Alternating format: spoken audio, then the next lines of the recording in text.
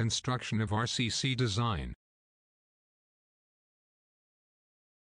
Construction of RCC building required some of paperwork before the start of actual construction.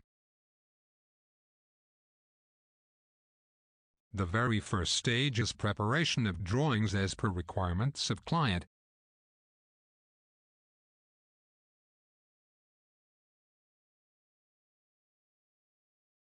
Once drawings are completed, approval of drawings is important.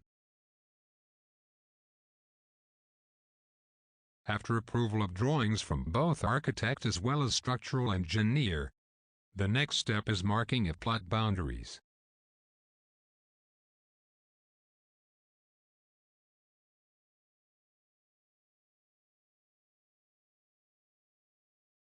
Cleaning of plot. Site preparation consists of clearing away the trees from your building site.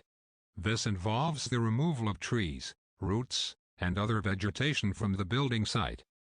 After cleaning the site plot, marking of plot should be done as per drawings. Excavation. A structural engineer will be needed to determine the depth of the excavation. The depth will vary as per building depending upon soil strata. Excavation should be carried out as per the drawings defined lengths and widths. Excavation is to be done by the JCB. PCC.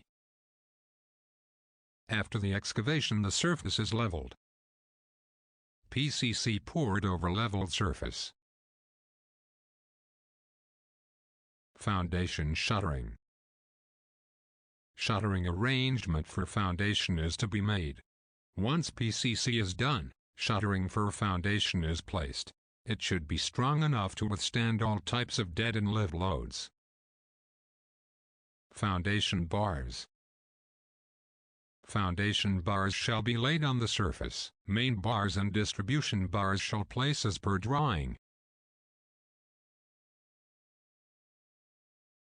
Column bars. Proper arrangement to be made for column bars with links as per drawings. Column steel and foundation steel to be tied properly to avoid joint cracks. Reinforcement shall be as per bar bending schedule prepared according to drawing.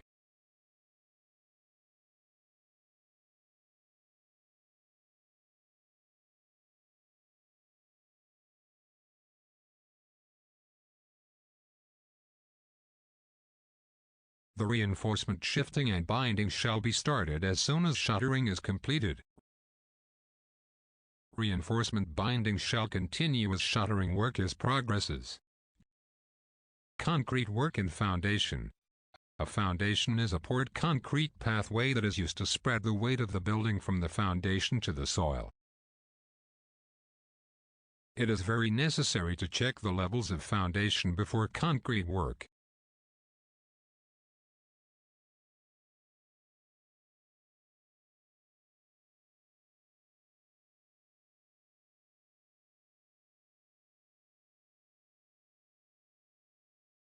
Depth of foundation varies from 1.5 to 2 meters.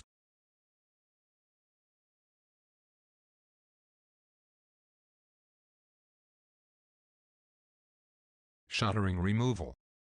The formwork removal procedure should be supervised by the engineer to ensure that quality of hardened concrete and structural member.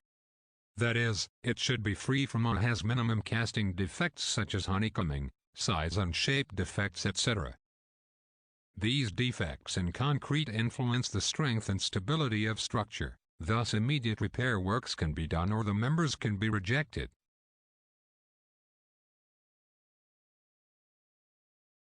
Backfilling. Once the foundation is completed, backfill the remaining excavated area around foundation with soil. Backfill provides stability to the building. Trademark S foundation. Beam reinforcement shall be as per drawings. Top bars, bottom bars and stirrups to be placed with proper development length.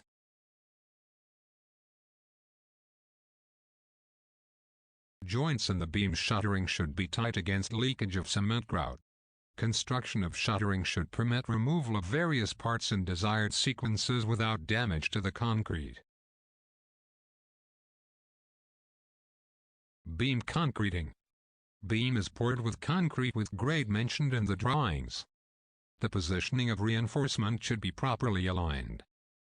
Shuttering parts and connections should be arranged in a way that makes formwork removal easy and simple, prevents damage to concrete and formwork panels so that it can be reused without extensive repair. Slab concreting. Grade slab requires no reinforcement as it's resting on ground strata itself. Top of plinth beams and grade slab should be at the same level. Column shuttering. Column shuttering should be rigidly constructed and efficiently propped and braced both horizontally and vertically, so as to retain its shape. The shuttering should be set accurately to the desired line and levels should have plane surface. Column concreting.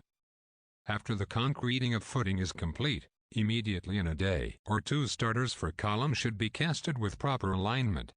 Columns are very important members in RCC design. Wrong placing of column may affect the overall behavior of structure. Concreting of RCC columns should start from the center of vertical bars and go towards the ends. Column shuttering removal. Shuttering should not be removed until the concrete has developed sufficiently strength to support all loads placed upon it. The separation of forms should not be done by forcing. It may damage the hardened concrete.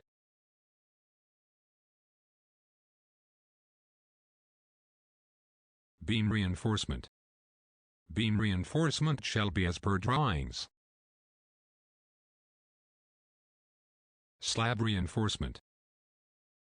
Slab reinforcement shall be as per drawings. Main bars and distribution bars shall be placed as per design. Slab reinforcement should be properly anchored with beam bars. Slab shuttering. Beam bottom is first laid on the column and then slab shuttering is laid. Beam. Beam and slab levels should be maintained as per drawing. Slab concreting. After the concreting of column, beam and slab concreting shall start monolithically.